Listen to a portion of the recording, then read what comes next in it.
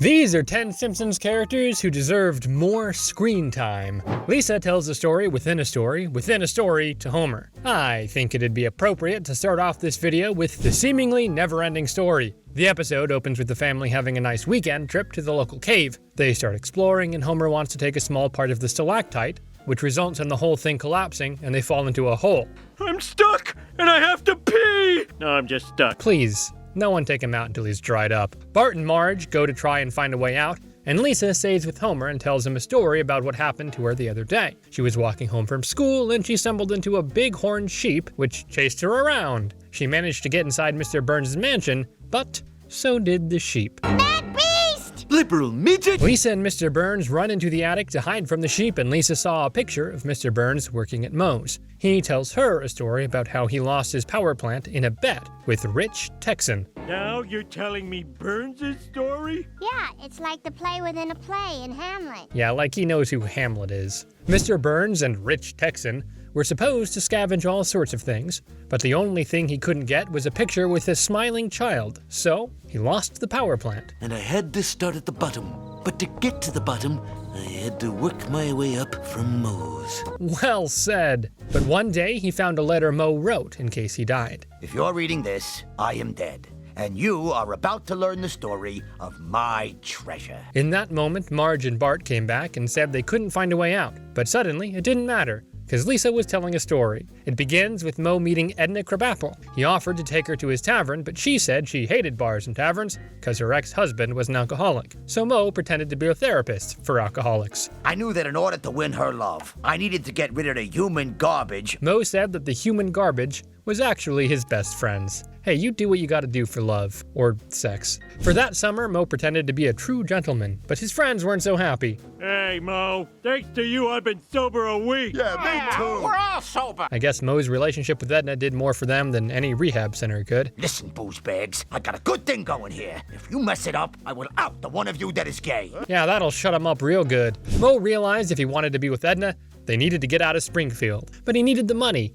And the money just walked into his bar. Snake Jailbird walked in, looking for directions to the National History Museum, because he had a massive donation for them. This was back before Snake became a notorious jailbird. Snake was an idealistic law-abiding archaeologist back then. Who knew he had that depth in him? Excavating this Mayan pyramid, and I totally unearthed these gold coins. Moe told him that the museum was closed that day, so Snake just went to his motel across the street. Should I rob this guy or rob him and kill him?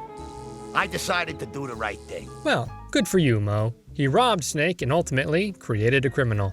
I'll take my revenge on society. And who would suspect me? Well, soon enough everyone will. So Edna and Moe prepared to move away, but first they stopped at Springfield Elementary so she could tell the school she won't be teaching there. But then she met someone. Bart was sitting alone in the classroom, and Edna asked him why was he there during the summer. He told her he got detention for the whole summer. All I do is get in trouble.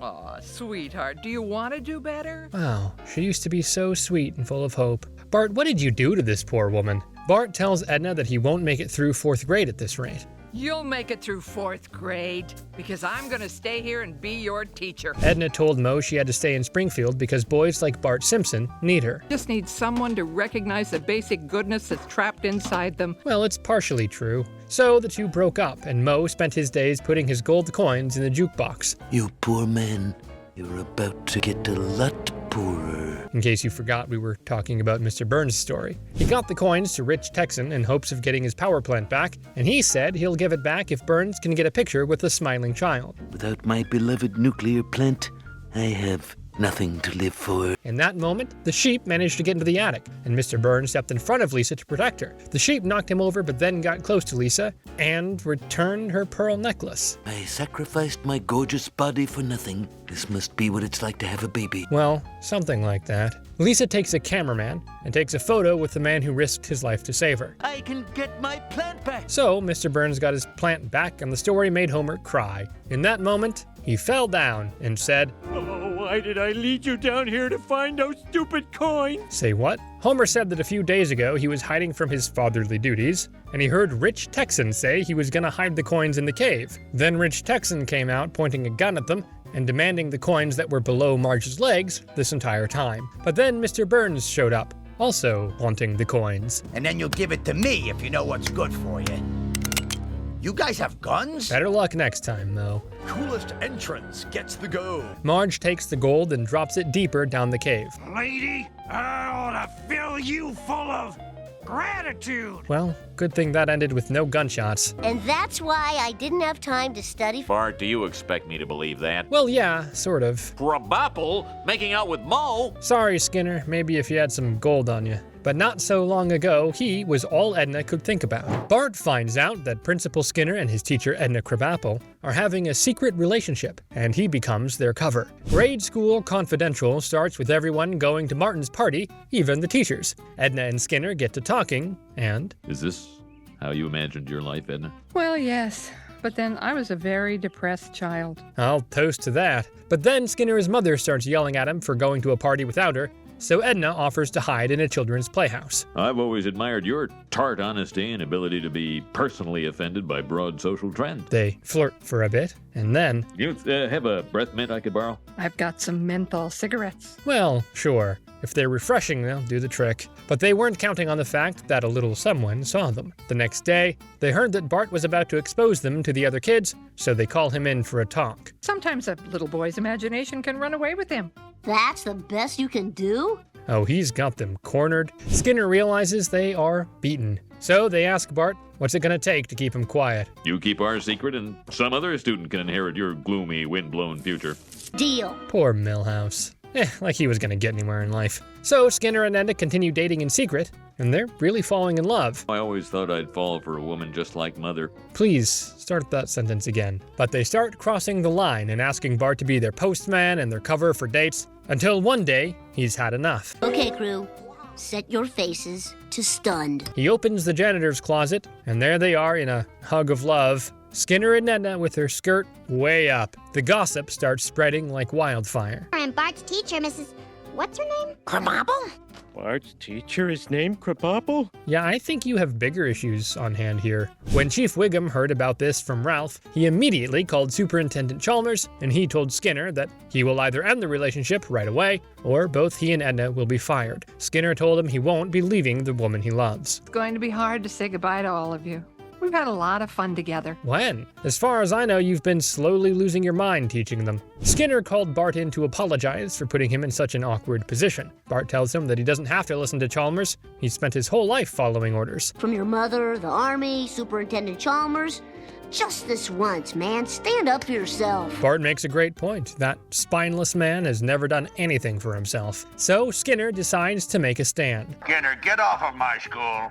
No, you get off of my school. Marge sees that Bart is also locked inside with Skinner and Edna. Do you know where the remote is? Did you check your pocket? Hey, only important questions here. They spend the night in the school and Chalmers tells him he has to end this, but Skinner won't do it unless they have their jobs back. I'm going to go out there and tell every man, woman, and child that I love Edna Krabappel. But the people don't care that they're in love. They care about the sex in school. We're talking about sex in front of the children. Sex cauldron! Skinner seems confused and he confesses that he's a virgin, in fact. Chalmers realizes that they've been falsely accused. Because no one, anywhere, ever, would pretend to be a 44-year-old virgin. Unless Chalmers gives them their jobs back and they thank Bart for his help. Bart asks Skinner and Krabappel if they're going to be getting married anytime soon. Well, actually, Seymour and I have decided to break up. Now I'm confused.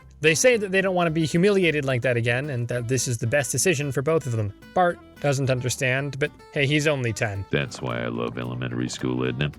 The children believe anything you tell them. And they go snuggle in the closet. So I guess the only virgin in that closet was the broom. Personally, I think that school has traumatized the kids in far more ways than Homer and Marge ever could. The government takes away the kids, and they put them in the care of Ned and Maude Flanders. Home Sweet Home Diddly-Dum Doodly opens with Marge running around the house packing lunch for their kids and helping Lisa out with her school project. Bart and Lisa are annoyed and say that Marge fusses over them a lot. Enjoy it now, because when you're a grown-up, you'll have to take care of yourself. And just as she said that, There's a spider near my car keys.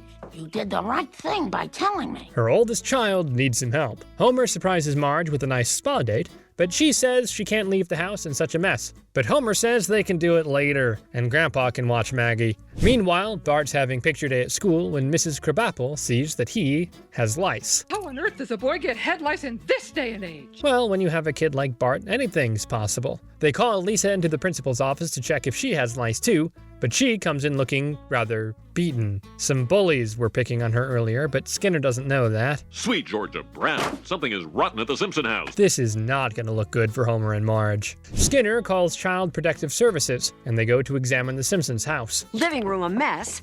Stacks of old newspapers from 20 years ago. Marge, you should have listened to your gut. A disheveled and malnourished man found sleeping in his own filth. Well, that's Grandpa on any day of the week. Kids love that water.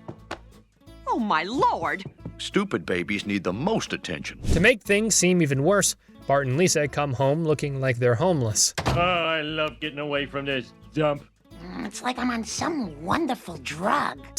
Couldn't have said what a nice day this was. You had to go with the drug comment. Child Protective Services take away the kids to their new foster home. Or should I say, personal hell. Haley ho! Welcome to your new home, neglectorinos! Hang in there, kids. Marge and Homer aren't allowed to come near the kids, nor talk to them for the time being. We leave you to kids for 3 hours and the county takes them away?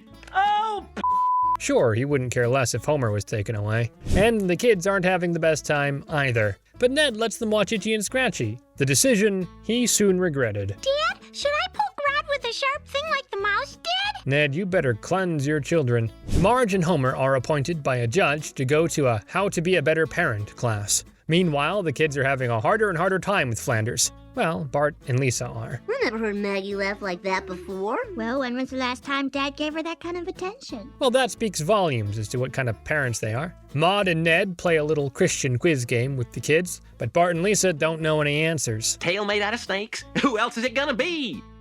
Jesus? Jeez! Okay, Ned, don't lose your cool. Keep it together. Maude says that they should have started learning this when they were baptized. Actually, you see, we are never baptized. Neddy? These kids are gonna send Ned into an early grave. Ned calls Reverend Lovejoy to tell him there's an emergency, and he's about had it with him. You see, Simpson kids, I had their baptism. What is he saying? Have you thought about one of the other major religions? They're all pretty much the same. What kind of preacher is he? Meanwhile, Homer and Marge passed their parenting class, and they go to get their kids back, only to see Ned took them to get baptized. Going to baptize our children? Oh no, in the eyes of God, they'll be Flanderuses. Homer's greatest fear uncovered. Homer reaches them just in time to prevent Bart from being baptized. You took a baptismal for me. How do you feel? Oh, Bartholomew, I feel like St. Augustine of Hippo. Come again, Homer. And finally, they were reunited as a family. Oh, Maggie, you're a Simpson again. Damn right she is with a burp like that. Ned Flanders and his Christian manners are the least of Homer's troubles. There's a certain pair who give him hell just for the fun of it. Patty and Selma help Homer with his financial troubles, but not without certain compensation. Homer versus Patty and Selma starts with Homer losing all of the family's money on one of his stupid projects. So he's forced to ask to borrow money from Patty and Selma, who just got a promotion. You're my last chance. Bottom of the barrel, Hail Mary, long shot. Wish you would do it, but probably won't. Oh, they're gonna have a field day with him. But Homer's having some trouble being nice to them, even though they did him a big favor. So when Patty and Selma showed up for dinner that night, he tries to kick them out. Their necks are brittle. That's okay, Marge. Nothing's broke, except Homer. What's that supposed to mean? Oh yeah, and by the way, Marge doesn't know anything about it. Homer realizes he's gonna have to play by their rules if he wants to keep this a secret. Our fun hasn't begun yet. We know something you don't want Marge to know. Oh, come on, it can't be that bad. Just be nice, don't kick them out. No biggie. Homer's getting ready to give us a foot rub. You are? Okay, I take that back, they're good. Homer tries to avoid going home straight after work because he knows Patty and Selma are gonna be there. But what do you know? They're still at his house. Am I wrong? Or did it just get fatter in here? Request permission to slink by. Permission pending. I guess humiliation is Homer's middle name. Homer tries to burn the paper on which Patty and Selma wrote that he owes them. You can't spell obsequious without I-O-U. I'll have to trust you on that. Well, Marge was always a good speller. They're having too much fun with that. They make him crawl around on the floor like a dog. Right I am Romer Run. Oh, good. Jump, Homer, jump. That Bouvier gene sure is evil.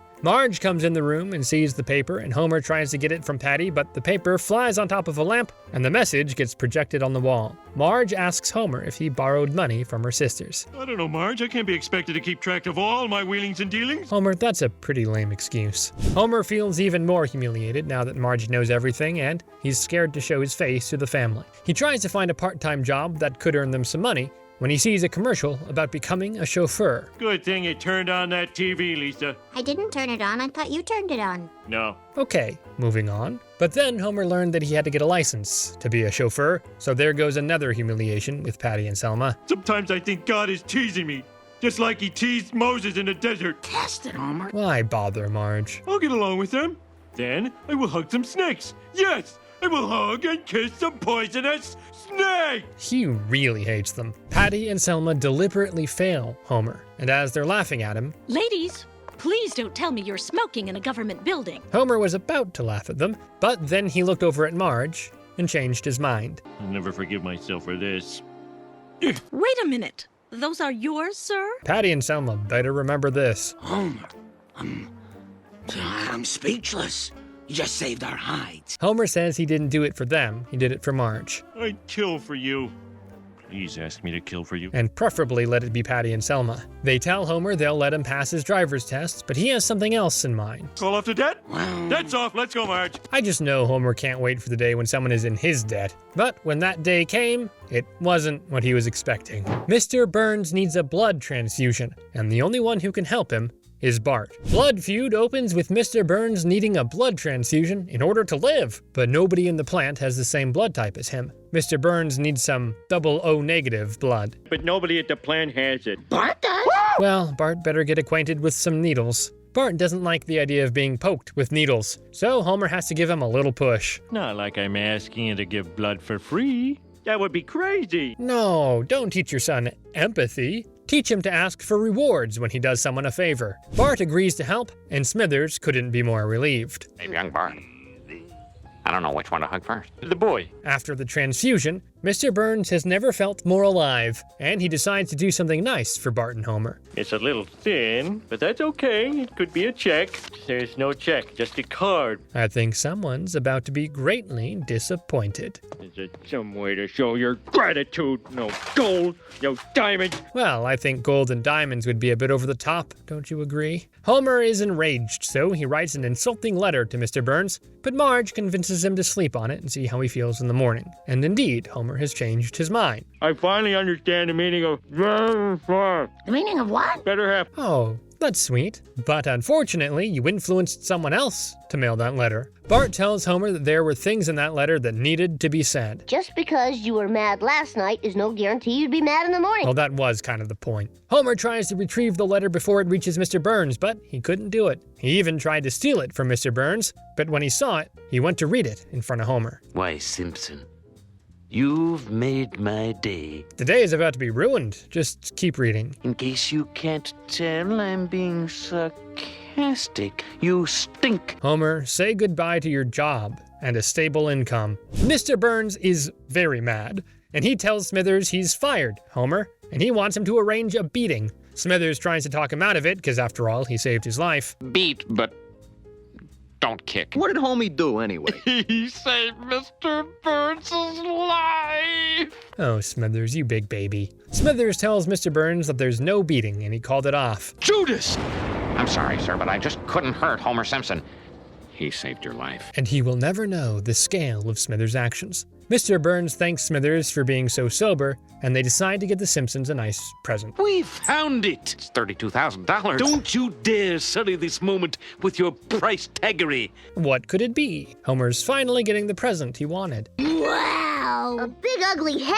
No. Actually, son, it's a big, ugly, Olmec Indian head. Well, at least it's historical. Homer is shocked that Mr. Burns got him something so useless. What does it do? Doesn't do anything. Art, really, what does it do? Whatever it does, it's doing it now. Which is nothing. I think Mr. Burns favors the Simpsons family very much, because he always wants to get close to them in whichever way he can. Grandpa falls in love with Marge's mom, But Mr. Burns also has his eye on her. Who will she choose? Lady Bouvier's lover starts with Marge noticing that Grandpa and her mom are both very lonely. So she decides to get them together for a nice date. Marge tells her mom that she and Abe have a lot in common. You both got swindled by that telemarketing scam. That's nice, I guess. Abe and Jacqueline have fun, and later he tells her, You remind me of a poem I can't remember, and a song that may never have existed. Abe's got moves. Grandpa gets a weird feeling. I'm in love! Wait, it's a stroke. It is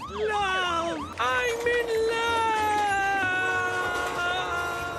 This love is gonna be the end of him. Abe gets ready for another date with Lady Bouvier, but then someone else also has his eye on her. Say, sport, mind if I have the next dance? Mr. Burns, you rascal. But it wasn't just one dance that Mr. Burns stole. He stole the whole evening. You are the devil himself. I'd say you're an angel, but angels don't dance like that. Someone's been naughty. Abe's heart is crushed, and he goes home by himself. Good night, Mrs. Bouvier, wherever you are. Well, we all know where she is, in the bony hands of Mr. Burns. The next day, Mr. Burns tells Smithers he's completely smitten. Mr. Burns says that only one woman has said no to him since he became a billionaire. And she's the one for me. I'm in love! Wow, Mrs. Bouvier sure has some tricks up her sleeve. But when Homer and Marge see who's the new guy Marge's mom has been seeing, they're puzzled. Well, more so Marge. Marge says that if he makes her mom happy, then that's all that matters to her. That's right, Money. Your money's happiness is all that money. All he sees is dollar signs. But Monty spares no time. He takes Mrs. Bouvier to a nice picnic, and... If you look in your champagne, I think you'll find a little surprise. Well, next time you go to the loo, maybe take a quick look down the toilet. But Mr. Burns came prepared, so he had another ring on him. Since my kneecaps are filling with fluid as we speak, I'll be brief. Will you marry me? Guess what an old lady said to a seemingly younger billionaire. Marge is completely against this union, but her mom has her reasons. Monty can provide for me. Besides, he's a great kisser. Yuck! Hey, two most important things. The day of the wedding arrives, and Marge is trying to show her mom that Mr. Burns is a bad man. The ring, you little imbecile, before I really lose my temper. Reverend Lovejoy asks Marge's mom if she'll take Mr. Burns to be her husband, but before she could answer, she heard someone playing her favorite song. I specifically requested no romantic music. Grandpa asks her, wouldn't she rather want to be Mrs. Simpson? And she replies, No, I don't want to be either. Well, good for her. That's good enough for me! And they escape into the sunset. Well, not exactly the sunset, but they escape to the bus, moving away from the rich people of Springfield onto the less fortunate. Lisa helps groundskeeper Willie become a distinguished gentleman. My Fair Laddie starts with Bart accidentally ruining Willie's shack. Wouldn't be the first time, but this time at least it was an accident. Yuck! It's ruined! You red rubber home wrecker! Bart helps Willie rebuilding his shack, but when Marge saw that Willie will be forced to sleep outside, she asked him to stay at their house. I don't need your charity, not as long as I've got a pan over my head. It's a calendar. Willie accepts, and he comes over to the Simpson house. Lisa asks him about his way of life, and she asks him if he ever thought of having a better life. All I want is a place somewhere. Maybe he could aim a little higher. Gets my rotten teeth all drill something on underneath me kills. Yeah, that sure would be nice. Willie tells Lisa that he wants to better himself and have a normal life. I could turn him into a proper gentleman. And I will do it in time for the school science fair. Lisa tells Willie that she will teach him poise, pronunciation, and posture. First, she asks him to stand up as straight as he can. Yeah, I'm too far off the ground. Come up here and help me down. Oh, Willie. But Lisa won't give up on him. How do you address an archbishop? I'll kill you! I'll kill you for what you done to me! Maybe it's hopeless. But Lisa showed Willie she really believed in him, and he actually managed to speak in a posh accent. Say it again! What flows from the nose does not go on my clothes. Maybe don't wipe your nose on the cat. The day of the science fair comes around, and Lisa brings Willie to it, but she doesn't tell anyone that it's him. I have the strangest feeling I've met him before. And you may meet him again as your new father. Jesus, Agnes. Poise yourself, woman. Everyone loves the new Willie. I mean, maybe they wouldn't love him so much if they knew it was him. And you can get me anytime you want, handsome. I would be delighted to dine with you on the 12th. Willie the womanizer. At the end of the evening, Lisa reveals that the man they all enjoyed talking to so much is actually Willie. Principal Skinner announces that Lisa didn't enter a project this year. That's where you're wrong, Principal Skinner. I give you Groundskeeper Willie. I bet Agnes would have appreciated having this information before she got intimate with him. But Willie needs a new job now, and Lisa finds him one as a maitre d'. But even though the job is more classy than being a groundskeeper, Willie doesn't like it as much. Bloody miserable! I miss my crap shack! He really went through a lot with that shack. Willie gets his job back, and his precious shack. It's just like I remember. With one little difference. Oh, you made that for me? Oh, well, that's very precious. I bet he'll cherish it forever. Liked it the way it was. Maybe not. Bart has made life harder on most of the Springfield Elementary employees, and no one knows it better than Principal Skinner. Skinner gets fired, but he gains a friend from it. Sweet Seymour Skinner's badass song opens with Bart bringing Santa's little helper to school, and he gets inside the school walls, so Skinner tells Willie to get him out of there. Have you got any grease? Yes, we do. Then grease me up, woman! Okie dokie. I love how all this is just a normal day at Springfield Elementary. Willie gets to Santa's little helper, but they can't get him out of the vents. So the school calls the cops and fire department. But someone also called Superintendent Chalmers. I have had it with this school, Skinner. The low test scores. Class after class of ugly, ugly children. Well, the children's appearance isn't his fault. Chalmers fires Skinner, and Bart feels guilty because of it, and he appoints Ned Flanders as a new principal. Bart keeps running into Skinner, and they have surprisingly a nice time talking to each other. So Skinner invites him to hang out. Ned Flanders actually eliminated detention and put the whole school on the honor system? That school is gonna fall apart faster than ever. And boy, was I right about it. The kids have gone completely out of control, and they aren't learning anything. We've gone too far. We need Skinner back. My water dish is empty. Oh, that's just sickening. Skinner thought that now he isn't the principal, he's gonna have time for other things. But the truth is, he really misses the school. When Bart came to tell him they need him back, Skinner's mom showed him a letter Skinner left for him. I've decided to return to the only thing besides school that has ever given my life meaning. Principal Skinner had re-enlisted in the United States Army. Oh, he's really hit rock bottom. Bart tells Lisa he misses having Skinner around. Everybody needs a nemesis. Even Maggie has that baby with the one eyebrow. Yeah, I don't want to be around when they grow up and start World War III. Bart visits Skinner in the army and tells him he'll get Flanders fired, so he could come back. You realize, if I become principal again, we can no longer be friends. Unless you become a good student. Yeah, that's never gonna happen. But how will Skinner get out of the army? Bart suggests making a pass on his commanding officer. Done and done.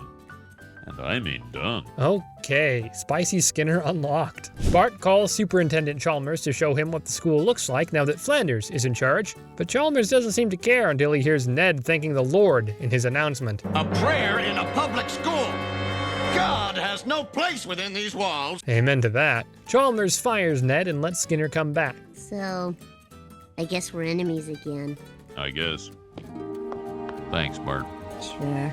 Now that he's helped one of his enemies, it's time to move on to the next one. Marge starts helping Nelson with his self-esteem, and he eventually moves in with them. Sleeping with the enemy starts with Bart and Lisa pushing Marge away and not wanting her to mother them. They'd rather hang out with their friends than with their mom. Have you ever heard of growing up? But Marge says that she still has a lot of mothering left in her, so she plans a whole day for the kids, but they aren't interested, so she just does it with Maggie. Oh, sure, you love me now, but you'll turn. Marge sees Nelson eating tadpoles, and she asks him if he'd like to have Lisa's lunch, because she's on a whole weight loss journey. Oh, this sandwich rocks. My tadpoles seem crude by comparison. Oh, there's a sadness around him that makes your heart melt. Marge and Nelson spend the day together, and Marge tells him something he's never heard before. You don't have to impress me by making fun of others. I already like you. Having a nice day with Nelson doesn't mean Marge still doesn't want to spend time with her kids, but they don't want to spend time with her, so... Fine. I'll take my mothering elsewhere. She and Nelson have a nice day at the bowling alley, and Marge asks him about his family. So my mom works at Hooters,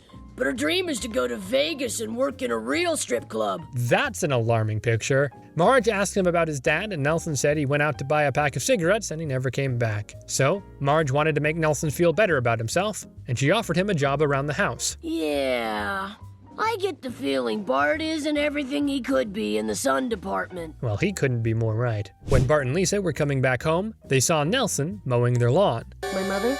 My bully? My God! That must be worse than seeing your mom with another man. That day, Nelson's mom came by to give Marge a message. We don't want your charity. I didn't give your son charity. I gave him self-respect. Something he desperately needed with a mother like that. Go home to your son, Mrs. Muntz.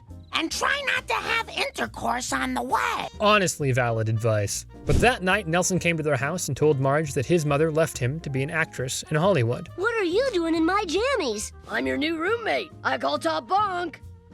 But it's a single bed. Sorry, Bart, I guess it's the floor for you. Bart tells Marge how mad he is that she invited Nelson to stay with them. Mom, the reason God invented deadbolts is to keep people like Nelson out of your house. Well, you gotta understand Bart. He's been kicked out of his bed. That night, Bart saw Nelson praying that his dad comes back for him. I gotta do something about him. Like, kick him out? Or, like, help him? Nelson helps Lisa with her body dysmorphia just a little bit by having revenge on the girls who've been bullying her. Tomorrow I can bleach a swear word into their hair. I'd like that. As they walked in, Nelson saw his dad. I never meant to leave you, Nelson, but something awful happened when I went to the store. He explains that as he was paying, he took a bite out of a chocolate bar, which had peanuts in them, to which he is allergic. Ran outside just as a circus was rolling into town. The circus took him as an attraction, and that's where Bart found him. I brought him back here so he could take Nelson away and my bruises would heal. So he helped Nelson and himself. In that moment, Nelson's mom also came back, and they became a family again. The Munches are back in business. Nelson thanked Bart and Marge for making him feel good about himself. Now that you're happy again,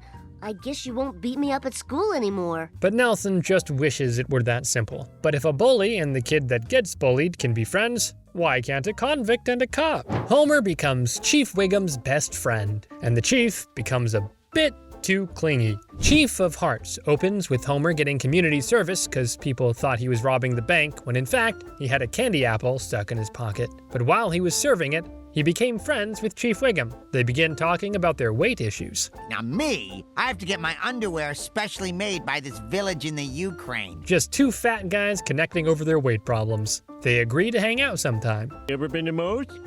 Earth to Homer, I arrested you there last month. Now that's embarrassing. Wiggum's deputies start making fun of him for being so jolly about making a new friend. Calling all units, Chief Wiggum just made a friend. He's not my friend. Don't forget, he's a person you shared your underwear secrets with. Homer and the chief have a lot of fun together, and the chief even lets him change his police record. Ow! You just put yourself on Amber Alert. Oh my God. Okay, that's better. Yikes. They better not show their face at Moe's again. Chief Wiggum opens his heart to Homer. He tells him that cops don't have many friends. Civilians are scared of us, and other cops just remind us of things we want to forget. Oh, that's so sad. He's like a big, squishy teddy bear. He also tells Homer that Ralph is a troubled boy with a lot of worries. Homer tells him that Ralph's a good kid. He's got a great dad. Homer Simpson, you always know the perfect thing to say. Unfortunately, this moment didn't last long because the chief was called in on an armed robbery. And the whole thing went south when a guy put a gun to Homer's head, and the chief jumped in to save him and got shot. Not to worry, Homer. That's what bulletproof vests are for. Uh-oh.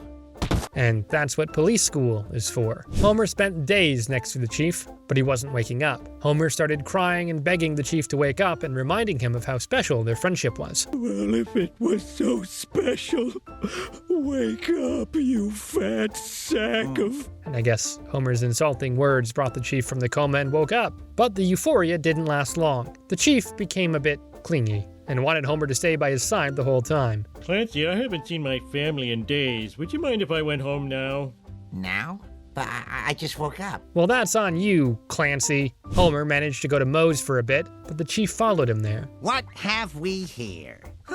World's worst friend. Hey, man, you planted that! The chief told Homer that he was a bad friend and they stopped hanging out, but everything reminded Homer of him, so he went to see him at his favorite spot and apologize. I brought a 32-piece chicken bucket. Just like you to forget that I might want some. Well, you could cut back a little. Just a thought. They saw Fat Tony and his men making knockoff shirts, and Wiggum went to arrest them, but he was outnumbered. If I hadn't been so needy, we wouldn't be in this trunk. Well, I was kind of ungrateful. Homer told them that they aren't going to get killed because he's the chief of police, and he can get them out of it. Wiggum is overjoyed and asks Homer if he has that much faith in him. No, faith is what you have in things that don't exist. Your awesomeness is real. Now who's the world's worst friend? The chief changes the CDs, so the mobsters had to stop the car and change the CDs back. That's when the chief managed to get the guy's gun, and he and Homer managed to overpower them. Chief Wiggum and Homer have moved into a new phase in their friendship. And we never saw them hanging out again. If you enjoyed this video, make sure to like and subscribe and let me know your favorite side character in the comments below.